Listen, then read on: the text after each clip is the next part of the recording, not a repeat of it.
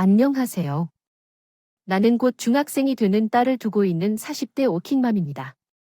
내가 딸을 낳은 게 바로 엊그제 같은데 작고 귀여운 아이가 벌써 중학생이 된다는 것이 참으로 감회무량합니다. 어린 시절에는 아이가 올 때마다 뭐가 문제인지 모르겠어서 망설이고 혼자서 눈물을 흘리기도 했던 날이 많았는데 이제는 딸이 크고 나를 위로해주는 든든한 파트너가 되었습니다. 어린 시절의 귀염둥이가 너무 빨리 지나가 버린 것 아닌가 생각이 들기도 하지만 혼자 독박 육아를 하면서 겪은 고난을 생각하면 다시 그 시절로 돌아가고 싶지는 않습니다. 남편이 내 편이 되어주고 좋은 부모가 되어줬다면 고민하지 않았을 텐데 우리 남편은 아이가 자라는 동안 집안 문제에 별로 관심이 없었어요. 결혼은 내가 좋아해서 한 거니 누구 탓을 할 수는 없지만 확실한 건 내가 남편에게 속았다는 거예요. 연애할 때만 해도 남편이 이렇게 될 줄은 전혀 몰랐어요. 남편과 나는 20대 젊은 시절 대학 동기로 만나 결혼한 성공 사례였습니다. 동갑 나이로 함께 대학을 다니면서 서로가 얼마나 잘 어울리고 그렇게 결혼까지 했던 거죠. 남편과 함께 저희는 부모님이 없는 가정에서 자란 경험을 공유했어요. 저희 어머니는 제가 사춘기 때 병으로 세상을 떠났고 남편의 부모님은 이혼해서 홀어머니와 함께 살았습니다. 양쪽 모두 혼자 자녀를 키우셨기 때문에 우리의 상황은 매우 비슷했죠. 이러한 이유로 우리는 서로를 이해하고 맞벌이하여 함께 결혼을 결심했습니다. 저희는 대학 시절부터 서로 생각이 많이 닮아 동행하여 왔어요. 이로 인해 일찍 취업해서 회사 생활을 이어나가야 했지만 그 과정에서도 서로 의지하며 힘들었던 일을 극복해왔습니다. 젊은 세대들이 혼자 집을 구입하거나 생활하는 것이 어려운 시대이지만 예전에는 대출을 받아 집을 소유하는 것이 가능했습니다. 우리 또한 부모님의 노후 걱정을 하며 아파트를 매입하고 결혼을 준비했어요. 저희의 결혼은 집안의 도움 없이 힘으로 이루어졌습니다. 효자인 남편은 홀어머니를 고려하여 부모님으로부터의 지원을 거부하고 모든 비용을 대출로 지불했습니다. 다소 어렵고 힘이 들었지만 우리가 마련한 집에서의 시작은 정말 설레고 행복한 것이었어요. 함께하는 모든 것이 더욱 의미 있게 느껴졌고 서로를 향한 애정과 이해가 더욱 깊어졌습니다. 함께하는 모든 순간을 소중히 여기며 행복한 가정을 위해 노력하고 있습니다. 행복한 가정을 꾸리고 싶었어요. 연애할 때만 해도 남편과 저는 잘 맞는 편이었기에 결혼해서도 큰 걱정이 없을 줄 알았어요. 연애할 때는 남편이 항상 제게 맞춰주었고 제 말을 잘 들어주는 사람이었거든요. 그래서 결혼하면 남자들이 변한다는 이야기도 내 남편은 예외일 거라고 생각했어요. 게다가 자기는 깨어있는 남자라며 여자한테 살림을 맡기지 않을 거라고 군대에서 얼마나 빨래를 열심히 했는지 자랑하던 분이었어요. 그래서 서로 맞벌이를 하고 있으니 집안일도 나눠서 해야지 먼저 말했던 남편이었어요. 그 말을 믿고 결혼했는데 어떻게든 자기 말이 다 거짓말이었어요. 빨래는 자신 있다며 빨고 개고 다 자신이 한다고 호언장담하던 남자가 결혼 후에는 자기 양말 한 짝도 제대로 빨래통에 넣지 않았어요. 퇴근 후에는 옷을 벗어 던져 놓고 몸만 씻고 나오는데 제가 잔소리해도 바닥에 널브러진 옷을 치우지 않더라고요. 그래서 결국 지쳐서 잔소리하다 못해 스스로 손을 대게 되었어요. 연애 시절에는 혼자 살면서 설거지도 잘했고 요리도 잘했는데 결혼 후에는 부엌에 들어가지도 않아 보이더라고요. 우리 엄마가 소중히 키워준 유일한 아들이었기 때문에 주방에 진입하지 못하게 했었어. 그래서 나는 요리를 못해? 대학에 다니면서 자취할 때는 혼자 요리도 해먹고 설거지도 잘해서 그런데 이번에는 결혼을 해서 아내가 있으니까 주방에서 돌아다니는 것도 없어. 당신은 여자니까 당신이 해도 되잖아. 결혼할 때 하는 말들이 다 거짓말이었나 싶을 정도로 남편이 변해버려서 혼란스러웠어. 나랑 동갑이지만 왜 자기만 아무것도 못하는 어린애처럼 구걸하는지 이해가 안 가. 대학 다닐 때는 세상이 바뀌었다고 하면서 가부장적이고 집에서 손가락도 까딱 안 하는 남자들을 욕하고 있던 아버지 때문에 어머니 혼자 고생했던 이야기를 했는데 왜 자기가 그런 남자가 되었을까? 믿었던 남편의 이중적인 모습에 당황했지만 시간이 지나면서는 문제가 되지 않았어. 그보다도 더 당황스러운 일이 있었어. 결혼하고도 여유가 없을 만큼 대출을 다 해버려서 결국 우리는 힘들었어. 맞벌이 부부로 월급 절반 이상을 대출 상환과 저축에 사용하다 보니 결혼한 여행이나 특별한 외식을 즐기지 못하는 상황에 근심스러웠습니다. 이런 상황에서 서로 상의한 결정으로 아이를 둘 생각을 미뤄두기로 했습니다. 아이를 가질 때는 조금 여유가 있고 상황이 나아졌을 때 임신을 계획하려고 했는데 결혼 후 3에서 4년 후에 아이를 가질 생각이었기 때문에 큰 문제로 여겼던 적도 없었습니다. 이런 우려로 결혼을 늦출 생각도 했지만 남편의 이사 문제와 대출 규제 완화로 조금 서둘러 결혼했을 뿐이었습니다. 돈을 모을 때까지 아이를 가질 생각은 없었고 결혼 전에 남편과 상의한 대로 아이를 갖지 않기로 합의했습니다. 맞벌이로 바빠 돈을 갚느라 임신을 맞이할 여유도 없었고 나름대로 커리어를 쌓아가고 있던 시기에 일찍 임신하지 않겠다고 결정했습니다. 이 결정은 저 혼자가 하는 게 아니라 남편과 함께 한 결정이었고 남편도 제 선택을 존중해 주었습니다. 그렇게 임신과 출산은 결국 여성인 저가 해야 하는 일이었지만 남편도 항상 제 곁에서 지지해 주었습니다. 시어머니에게 설명해야 한다고 생각했는데 부부관계를 위해서라도 서로 부모님께 알리기로 했었기 때문에 나는 아버지에게 이야기를 해놓은 상황이었다. 그러나 남편이 애써 시어머니에게 설명하겠다고 했지만 갑자기 벙어리가 되어버렸어요. 너 요즘도 회사에서 바빠서 그러냐? 우리 진수밥은 제대로 챙겨주고 있지? 아침에 빵만 먹이는 것은 아니지? 그거보다 일 언제까지 할 생각이냐? 결혼했는데도 계속 일 다닐 생각이냐? 내가 언제 내게 임신 소식을 들려줄 거야? 일하는 핑계로 가정에 소홀하고 아이 낳을 생각도 없으면 곤란하다는 거지. 내가 얼마나 대단한 일을 하는지 모르겠지만 여자는 그냥 좋은 남편 만나서 자식 낳고 가장 꾸리면 되는 거야. 이젠 자식과 남편을 생각해야지. 남편이 회사에서 고생하는 것을 지켜보니 걱정돼서 입이 벙글벙글해진 건 어땠겠어요. 매일 나에게 한탄을 하셨는데요. 아들은 외벌이를 한다면 기하 마시고 일해야 한다고 생각했던 거 아니던가요? 우리가 집을 사려고 대출을 많이 받은 걸 알아주시고 남편이 외벌이로는 해결되지 않는다는 걸 알아주시니 더 이상 제가 일을 해야 한다고 생각했었어요. 그래서 아이 관련해서도 당연히 기다려 주실 줄 알았는데 아니더라고요. 당장 돈 문제도 있는데 일을 그만두고 아이를 낳으라고 하셔서 제가 당황스러울 수밖에 없었어요. 정말 귀한 아들을 혼자 고생에 내몰고 손주를 보고 싶으신 건지 아니면 우리 상황을 이해하지 못하시는 건지 이해할 수 없었어요. 저도 이제 막 결혼해서 시어머니의 말을 따르면서 싫은 소리는 하기 싫었는데 남편이 더해서 이야기를 직접 했어요. 이번에도 아이 낳기는 무리예요. 일을 그만두는 게 안 되고요. 그게 그렇다고 이야기했는데 도대체 왜 안 되는 거야? 너 지금 내 말을 알아들으려 하는 게 아니냐? 그게 아니고 상황이 그렇다고 이야기했잖아. 집에 대출금 꾸준히 갚아야 하고 고정 지출만 몇백이에요. 근데 당장 일 그만두고 아이를 낳기엔 너무 어려워요. 생겨서 집에만 있으면 남편 혼자 갚아야 하는데 결코 불가능하죠.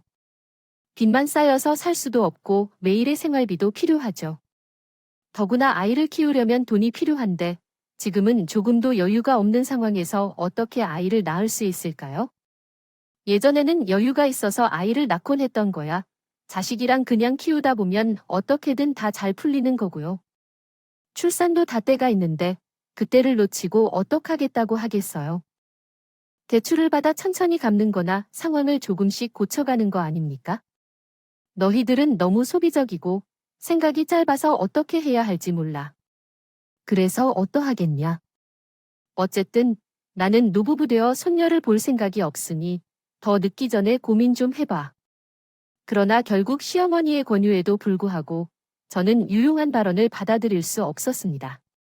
그러나 매일같이 전화로 임신 소식을 물었고 그러곤 아이 낳을 생산선 A부터 마지막까지 생각하라고 했어요. 그러나 결국 시어머니 말이 통하지 않아 말줄이 없습니다. 하지만 시어머니는 볼 때마다 제가 아이를 만들 수 있을 정도인가를 생산 대공장으로 취급하면서도 무시하기만 했습니다. 말이 나오는 대로 수십 년 전 얘기인 것 같았습니다. 당시에는 제가 남편보다 연봉도 더 높으면서도 돈벌이는 더 효율적이라는 사실도 있기에 그때의 판단은 그저 그랬던 것 같았어요. 심정이었는데 이제는 남편마저 시어머니의 편을 들면서 아이를 갖자고 하는데 나는 임신 문제로 고통받게 되었습니다. 너도 이제는 고집 좀 그만 부리고 노인들도 진심으로 말씀하시는데 왜 그렇게 손쉽게 무시하고 있니? 정말 너도 고집이 대단하다.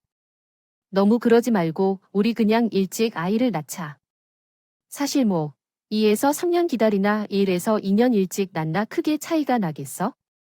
대출은 평생 갚아야 하고 우리가 돈 없다 하더라도 애를 키울 수 없는 상황은 아니잖아. 우리에게 진짜 돈이 없느냐?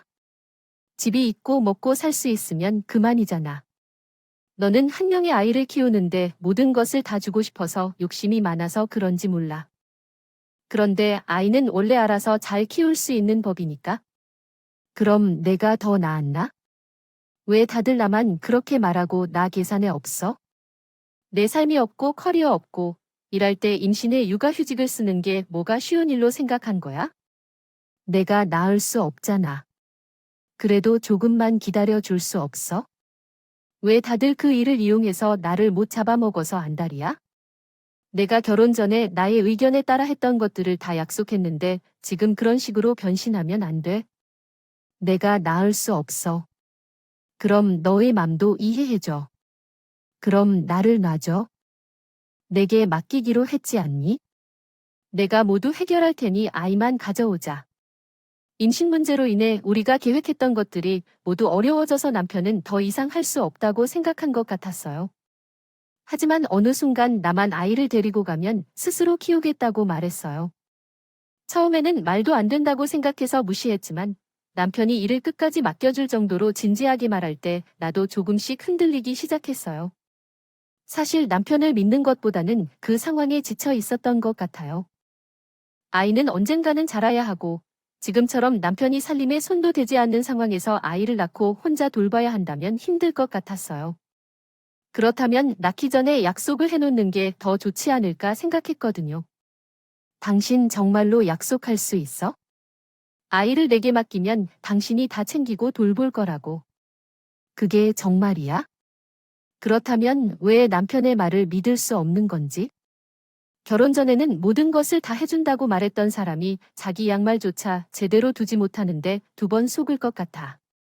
아니, 왜 또 그걸 비교하는 거야? 그건 다르잖아. 나도 내 아이인데 당신만은 스스로 키우라고 맡길 수 있을까? 그리고 지금도 아무것도 안 하는 것은 아닌데 그냥 더 늦게 퇴근할 뿐이야. 어쨌든 진심으로 나를 키울 거라고 너무나 열렬하게 말하는 남편 덕분에 결국 저는 아름다운 딸을 낳게 되었습니다. 어쩔 수 없이 시어머니와 남편의 결정에 따르게 되었지만 남편이 조금만 도와준다면 어떨까 생각했습니다. 그러나 이번에도 남편은 시어머니를 따라 변심하고 도와주지 않았습니다. 남편이 제게 큰 도움이 될 줄은 기대하지 않았지만 조금은 바랐었는데 실망스럽게도 그것조차 이루어지지 않았습니다. 남편이 핑계를 대며 도와주지 않았고 육아휴직을 마치고 회사로 복귀할 때 다음을 맡길 것이라고 했지만 마침내 그것도 이루어지지 않았습니다. 회사의 사정을 빌미로 변명을 하는 거야? 아니, 이번에 회사 사정이 좋지 않다는 게 핑계가 돼서 육아휴직을 내기가 눈치가 보이잖아. 지금 여직원들도 다들 눈치만 보고 상황이 안 좋아. 나도 팀장님에게 말 꺼냈다가 욕만 먹었어. 어느 시기인데 팀원들이 날 몰라라고 육아휴직을 혼자 쓰려고 하는 거냐고 물어볼 때마다 맞기만 하며 내가 몇 번이나 물어봐도 육아휴직을 쓸 수 있다고 하더니 이제 와서 그런 소리를 하고 있어. 나는 우리 회사에서 이럴 줄은 몰랐어. 아마 중소기업이 문제인가 봐. 대기업은 남자들도 육아휴직을 쓸 텐데.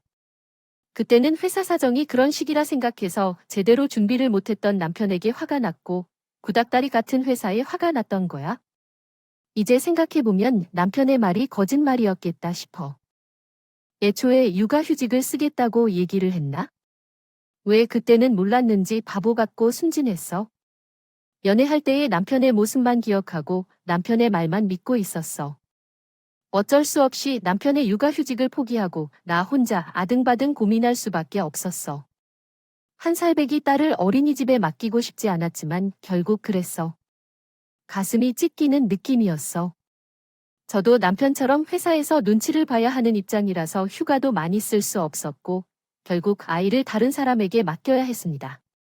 아직 말도 못하는 아이를 다른 사람에게 맡기는 것이 마음 아팠어요.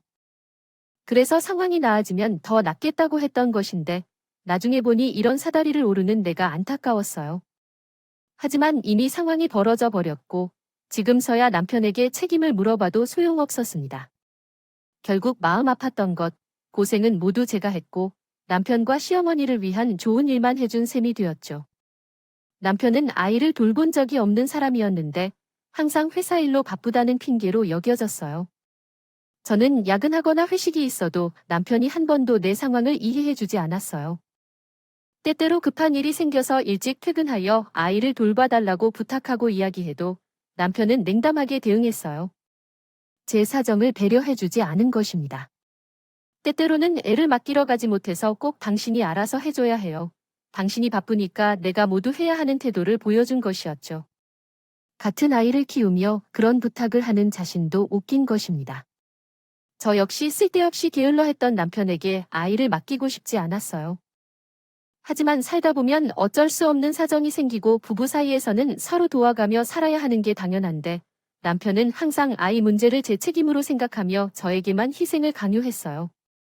기저귀 한 번도 갈아본 적 없는 녀석이 아이가 아플 때면 나만 흠집을 입는다며 모성애가 없다는 소리를 하지만 정작 자기는 아빠 역할을 한 적이 없었죠. 남편은 아이가 태어나도 여전히 무책임했어요. 제가 회사 다니고 고생하면서 빚을 갚는 것도 부모가 되는 것도 같은데 남편은 밖에서 힘들었다는 핑계로 집에 들어오면 소파에 누워 TV를 보더군요. 밀린 설거지 한 번도 해주지 않고라면 한 번 끓여본 적도 없었어요. 그와 달리 저는 남편보다 1시간 일찍 일어나서 아이 챙기고 아이를 등원시키는 등의 일을 해야 했어요. 퇴근 후에도 상사들 눈치를 보면서 아이를 챙기고 집에 와서 잠드는 전까지 살림일을 해야 했죠. 그 고생은 직접 해보지 않은 사람은 이해할 수 없는 것이죠. TV만 보더군요. 그러는 남편은 얼마나 억울한지요. 나는 왜 이렇게 고생을 하는지, 언제까지 혼자 이런 고난을 이겨내야 하는지, 나의 삶이 어둡게 느껴졌어요.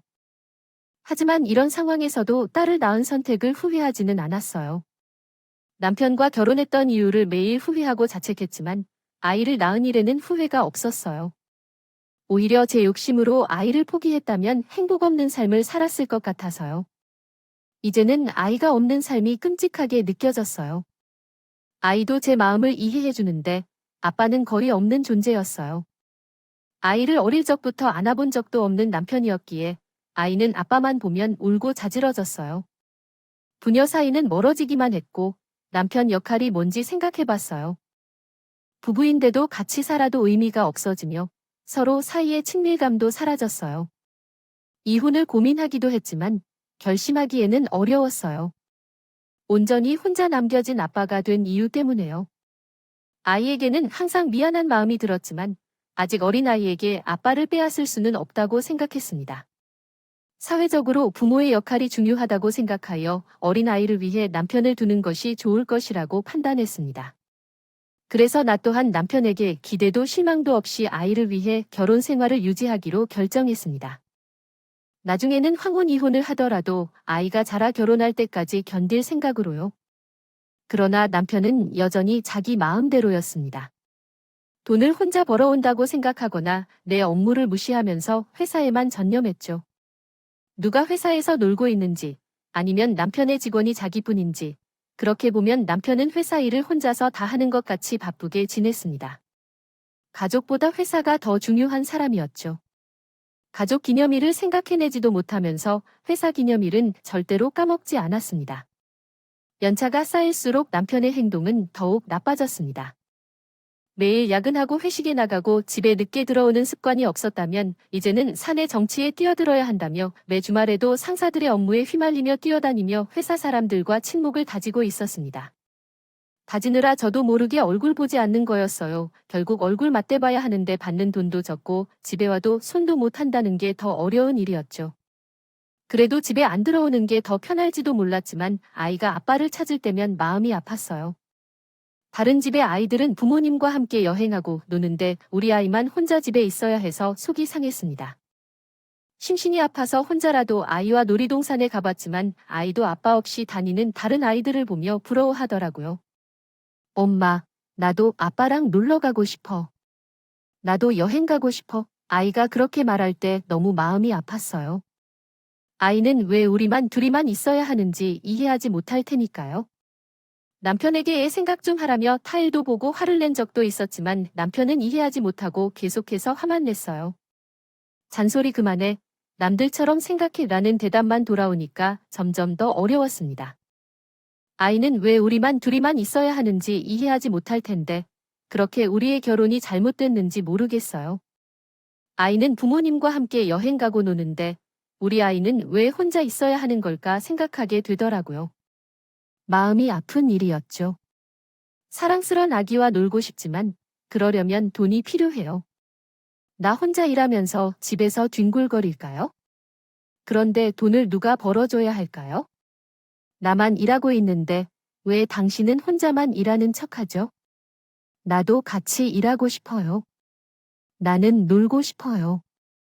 집에서만 돈을 번다는 것도 아니고 빚을 함께 갚는 것도 아닌데 왜 항상 당신만 혼자 일하는 척하나요? 당신은 얼마나 오래 일할 거예요? 왜 당신이 일하는 척만 하죠? 나도 함께 할 텐데. 제발 잔소리 좀 그만해주세요. 매번 위로해주었던 남편의 이유를 제가 알게 되었습니다. 제가 여자이기 때문에 오래 일을 못하겠지만 그럼에도 불구하고 자기는 계속해서 성공을 꿈꿔왔다고 말했어요. 그러한 남편은 가족의 행복은 자신의 성공에 달려있다며 제가 일하는 모습을 바라지 않기까지 했습니다. 그런 남편은 지겹을 정도로 싫었지만 아이들을 위해 참았죠. 그 결과 그의 꿈을 이루게 되었습니다. 가족은 무시하면서 상사들만 추켜 세우고 상사의 아이들의 졸업식에는 참여하지 않았지만 결국 부장에 오르게 되었죠. 남편의 승진은 제가 좋아하지는 않았지만 이를 통해 조금 더 행복을 느낄 수 있었습니다. 대출도 갚았고 남편이 부장이 되면 월급이 배로 오르기 때문에 이제는 여유가 생길 것 같아요. 기대할 수 있었어요. 열심히 살아온 것 같습니다. 십수년이 지나서 이렇게 나란히 와서는 안 될지도 모른 남편은 벌써 40을 훌쩍 넘었고 우리 딸도 사춘기 나이가 다 됐네요. 그동안 나도 우리 딸도 참 많이 참아내고 고생했네요. 나로선 그 정도로 감격스러운 것으로 이해됩니다. 그런 기쁜 소식을 아버지께 전하고 싶었어요. 평생 아버지가 고생하시며 간절히 내게 길을 내주고 한편으로는 자식 출가시켜 혼자 시골로 내려가신 게 지금도 생각이 나네요. 자식과 사위에 대한 걱정이 아직도 아버지에게 있겠죠. 아버지가 서울에 볼 일이 있다더니 저는 아버지를 집으로 모셨습니다. 남편이 뭔가 잘한 일에 거창하게 잔치를 벌여주려는 생각은 없었지만 시어머니와 이미 지역에서 잔치를 거품내며 했었기 때문에 아버지와는 가족끼리 조용한 식사 자리를 마련하고 싶었거든요. 남편은 사소하다면서도 예쁘지만 아버지에게는 사위니까 대접도 해주고 싶어요. 김씨 이번에 좋은 소식이 있었다고 축하를 받았어요. 네, 그동안 얼마나 고생했을까요? 제가 자네의 어려움을 이해하고 있어. 나도 비슷한 가정에서 왔거든. 고생이 많았을 거야. 네, 저도 고생은 많았죠. 매일매일 회사 업무에만 신경 쓰느라 주말도 휴일도 없었으니까요. 최소한 엄마는 제가 가족을 위해 고생한다는 걸 알아주지 않아요. 그래도 장인어른께서는 이해해 주시는 것 같네요. 네, 자네도 수고했어요. 그래도 모두가 고생했어요. 그렇죠? 그러나 지금 우리 인형과 재은이도 모든 어려움을 극복했고 새 식구는 잘 먹고 건강하게 살 수 있게 되었습니다. 고생하셨어요. 고생하셨어요. 그런데 저는 승진을 했어요. 집사람이 승진했어요. 왜 남의 고생에 대해 언급하시나요? 그분이 한 일에 대해 어째서 그런 이야기를 하시려고 오셨나요? 평소에는 제 업무에 대해 전혀 관심이 없던 분이 갑자기 남의 세례를 재현하고 계신데요. 아니요. 그냥 다들 고생한 것뿐인데 왜 갑자기 그런 말씀을 하시는 건가요? 왜 예민하냐고요? 나 같은 모서리꽃이 부장이 된다 해서 콩국물까지 흘러내릴까 봐 그런가요? 사위가 갑자기 타박되는 것 같다고요? 세레날 무르익은 것들이 꼬이는 걸 한마디로 표현하셨고요. 숟가락을 잡은 이가 달갑지 않다는 이야기네요. 순간 제 귀가 이상해졌어요. 지금까지 사위로서 못했던 남편인데 왜 이런 소리를 하는지 몰랐거든요. 남편이 취해 이런 얘기를 하는 건지 아니면 취한 소리를 하는 건지 저희 아버지 앞에서 그런 말을 하는지 몰랐습니다. 아버지가 사위를 칭찬하기 위해 덕담을 한 줄 알았더니 사위를 깎아내리는 말씀이었나 봅니다. 그분도 사위를 격려해 주시려는데 사위가 그를 콩국물을 먹으러 온 줄로 생각했나 봅니다. 순간 너무 놀라 말이 막혀버리고 당황한 아버지도 화를 내시며 제 손을 밀쳐내고 집으로 돌아가셨습니다. 너 정말 미친 거야? 아빠한테 뭔 소리야? 거지라고 숟가락 얹는다는 소리야? 우리 아빠가 돈이라도 줄라 했대. 뭘 내놔 달라고 했대. 어떻게 아빠에게 그딴 소리 할 수 있어? 시골에서 노인이 뭐 하는지 모르고 여기서 축하해 달라고? 평소에 좋은 말 안 한 적 없던 사람이 나한테 그러네. 어이없어. 너도 문제야. 짜증나게. 내 노력을 숟가락 얹어서 잘난 척하냐? 왜 그래? 차라리 술 취해서 말실수라도 했어야지. 아무데 없어. 결국 취중진담인가 봐. 남편은 미안한 기색도 없이 끝까지 부르끄부르끄. 자기가 잘한 게 없어서 칭찬이 안 돼서 탓하는 건지. 부장직함 받으면 아빠를 무시하는 남편에게 끝까지 붙잡으며 성질을 부릴 뻔했어. 남편이 아빠를 무시한다는 건 내가 알아. 결혼 전에 우리 아빠를 무서워했는데 이젠 아빠를 안 무서워해. 젊은 나이부터 평생 힘들게 살아온 아빠한테. 아버지가 늙어가면서 노후 준비를 못하고 시골에서